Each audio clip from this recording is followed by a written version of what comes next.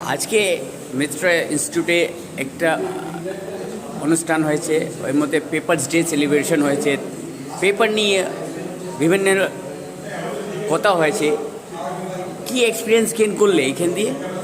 মানে পেপার বানানো নিয়ে আমাদের যে মিসকনসেপ্টটা ছিল যে ফরেস্টের গাছ কেটে বা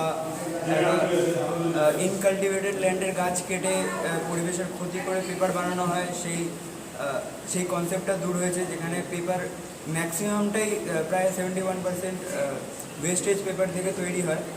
আর তারপরেও যেগুলো মানে কি বলবো, আর পেপার বানানোর মেন গাছ সেগুলো আলাদাভাবে চাষ করা হয়, সেগুলোও জানতে পারলাম।